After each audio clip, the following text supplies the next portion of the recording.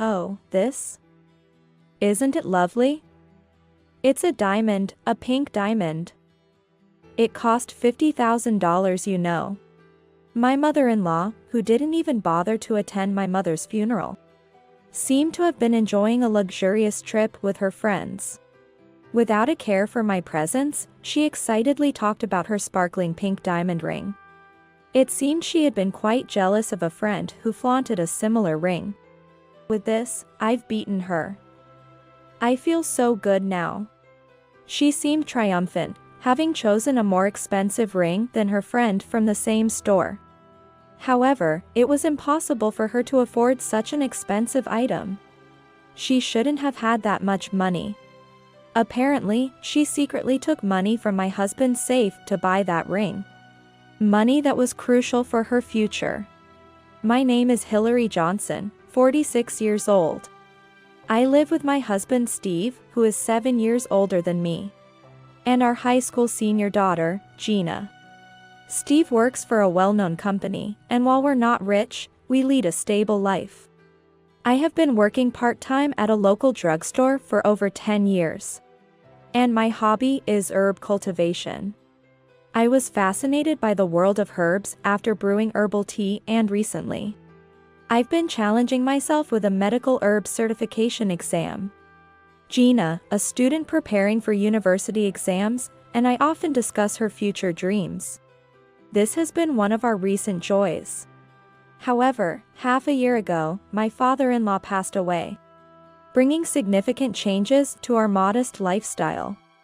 According to his will, the house went to Steve, and the cash to my mother-in-law. The money left for my 75-year-old mother-in-law was meant for her nursing home fees. While she's still healthy, thinking about the future, it's safer to have this arrangement. But my mother-in-law wanted to live in this house and pleaded tearfully. I argued that we should respect my father-in-law's wishes. But Steve wanted to honor his mother's feelings. Indeed, we hadn't decided on a nursing home yet.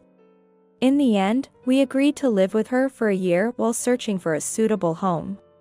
The area where the family home is located is now a popular, high-end residential area.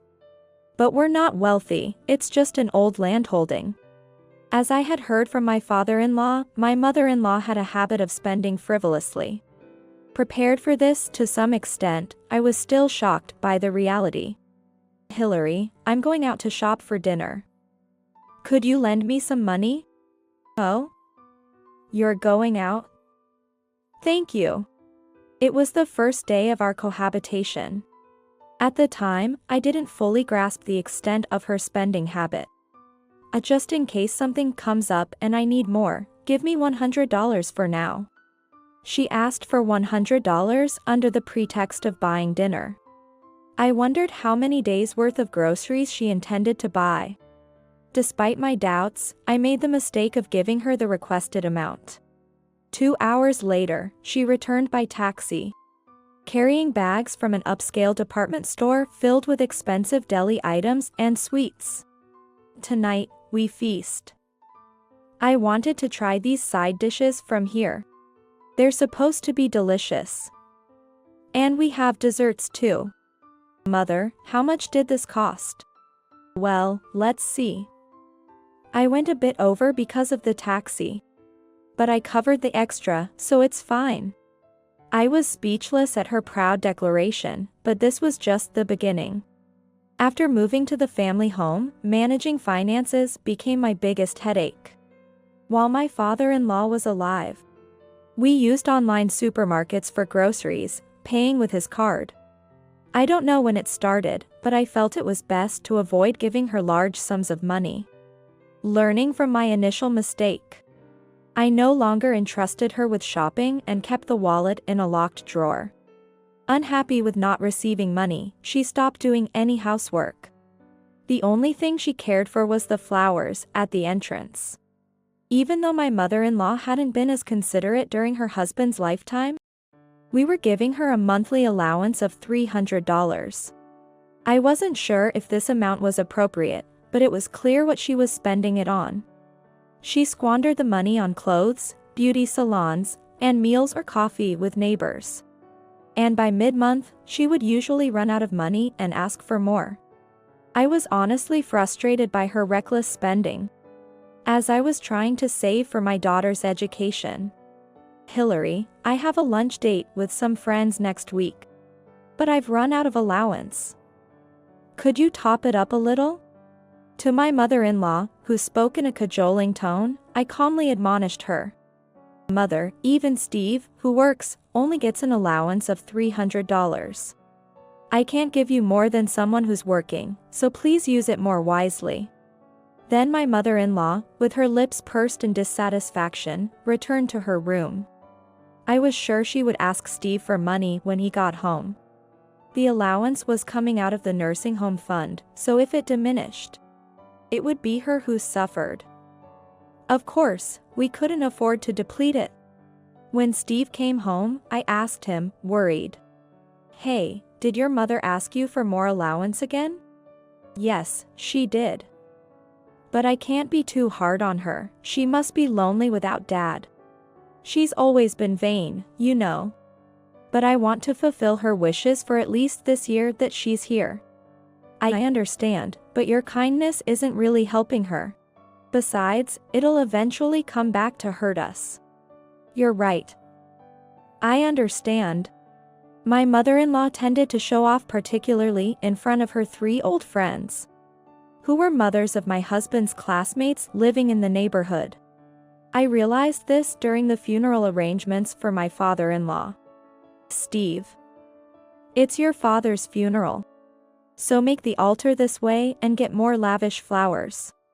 The neighbors are coming, don't embarrass your father. Steve, being the spouse, complied with her demands to some extent, but the costs were quite high. My mother-in-law just wanted to show off to the neighbors. I even felt sympathy for her having to keep up with people from a different lifestyle. On the day of the funeral, she only greeted 3 families of her friends. One day, after having lunch with her friends, she came back excited, her eyes sparkling. Today, Debbie showed me a ring worth $20,000. She got from her husband for their golden wedding anniversary. I've never seen a $20,000 ring before. That's a wonderful gift. You don't have such wealthy friends, do you, Hillary? You'll probably never see anything like that in your life. I felt superiority and sarcasm in her tone, as she used her friends to show off. Hillary, you're so plain. Why don't you put on some makeup? Have you ever been to an upscale lunch? It was all about one-upping me. I tried to ignore her words, but she seemed increasingly hostile towards me for not giving her money. After settling my father-in-law's affairs and starting to look for a nursing home, my mother's health took a turn for the worse. When my sister and I rushed to the hospital, the doctor told us she had about 3 months to live due to advanced cancer. She was in a fragile state and could deteriorate at any time. Indeed, my mother had occasionally mentioned feeling unwell before. After our father passed away, leaving us sisters young, she raised us alone. She was a person of great endurance, so it wasn't easy for her to show any signs of weakness. I regretted not paying more attention to her. I asked my sister to stay with her while I went to fetch some clothes and valuables from her apartment. As I packed a large bag in her room, I found some cash, likely her living expenses for the month, in a drawer. I took the cash with me, planning to shower and head back to the hospital. I left the bag in Steve's room upstairs and, after getting ready, noticed the zipper slightly open. A sense of unease washed over me as I checked the bag and found the cash missing. I felt my anger rising. Containing it, I went downstairs to my mother-in-law's room. Mother, may I ask you something? My mother-in-law, ready to leave, turned around. Oh, Hillary. How's your mother doing? I have plans with my friends right now. The money that was in the bag in our room, you have it, don't you? That money belongs to my mother, please return it. I don't know what you're talking about, I never go upstairs. Are you accusing me of stealing? Don't suspect me without evidence. With that, she brushed past me and headed for the door. I'm going out for a fancy Chinese dinner with my friends tonight. So I don't need your poor excuse for a meal. Give my regards to your mother. As she left the house with a smirk on her face, I stood there in shock. Just then, Gina came home. Mom, are you okay? Your grandmother's money, my mother-in-law took it. I couldn't confront her without evidence. Tears naturally started to fall from my eyes. Gina gently stroked my back to calm me down. That's terrible. It must have been her. I've seen her coming down from upstairs before.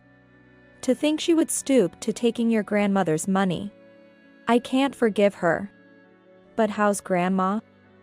If you're going to the hospital, I'll come with you. Let's think of a way to get back at her as we walk. Gina's words encouraged me, lightening my heart a bit. Despite feeling sorry for my father-in-law, I decided to protect my family in my own way. A few days later, my mother's condition suddenly worsened and she passed away. In her final days, she was mostly in a daze but was occasionally lucid. I expressed my gratitude to her repeatedly.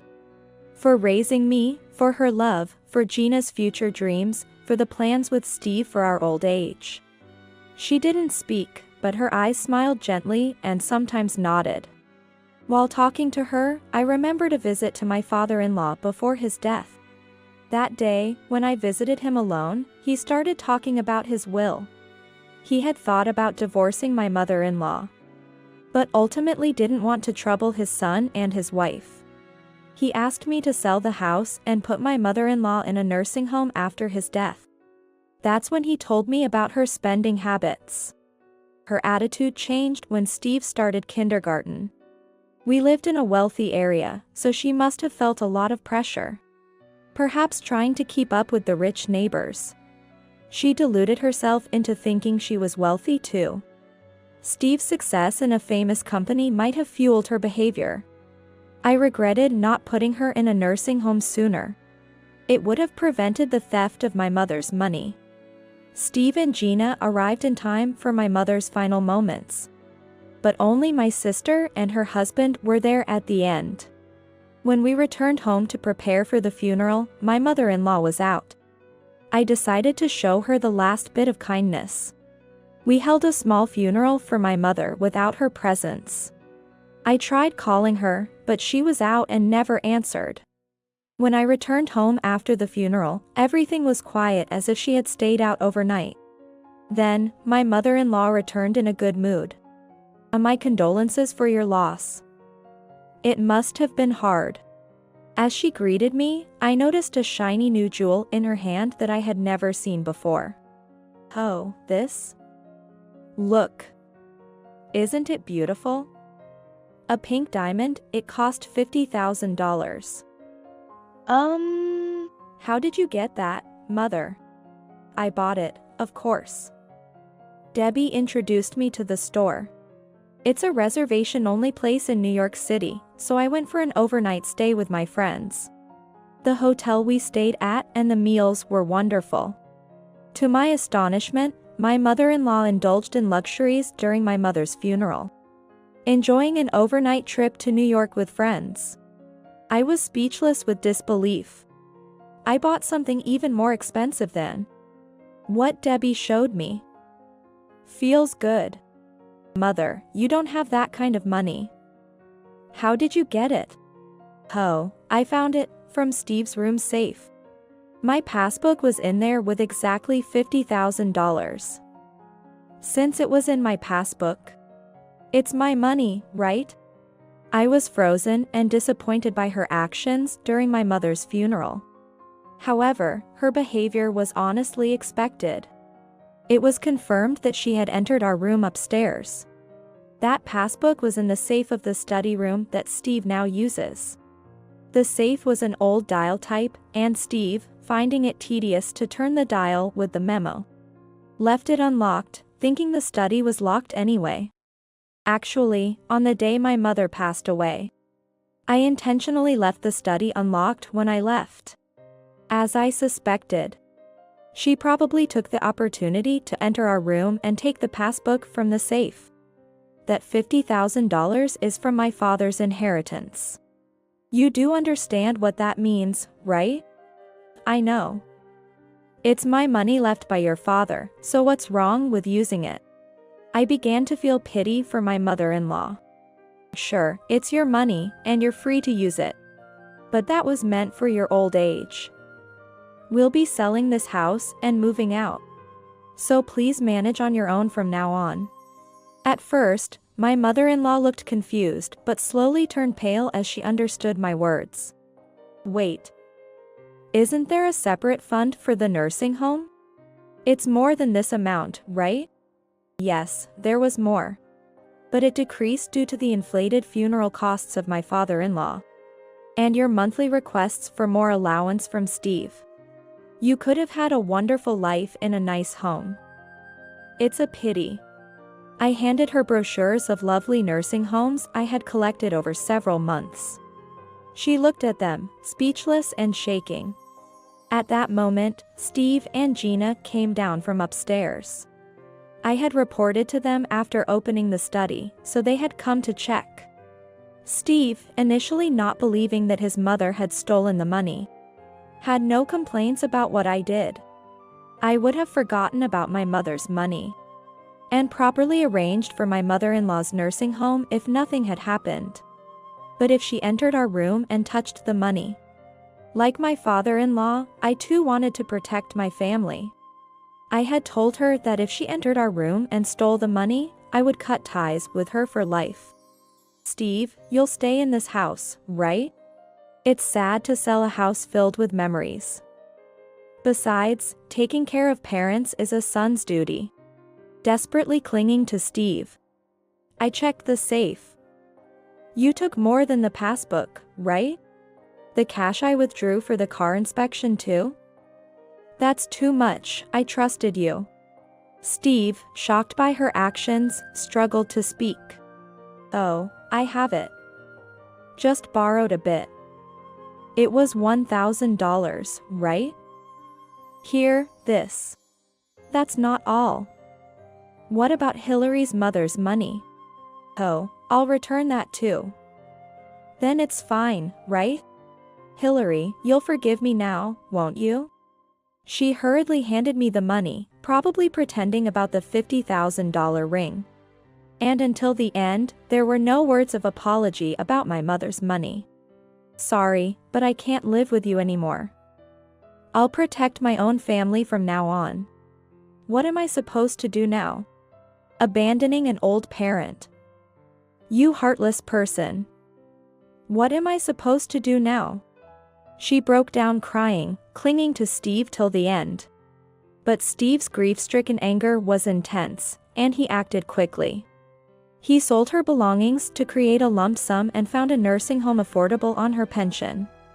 The home, chosen for immediate availability, was far from the family home.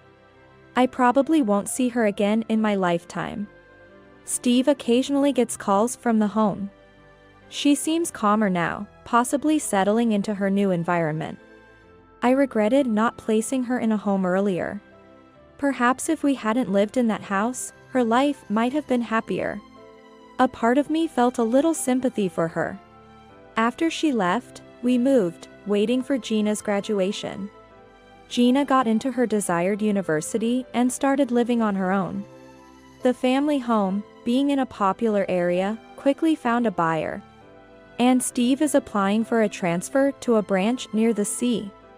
We plan to spend the few years until retirement there, searching for our final home. We hope to continue living peacefully and harmoniously as a family.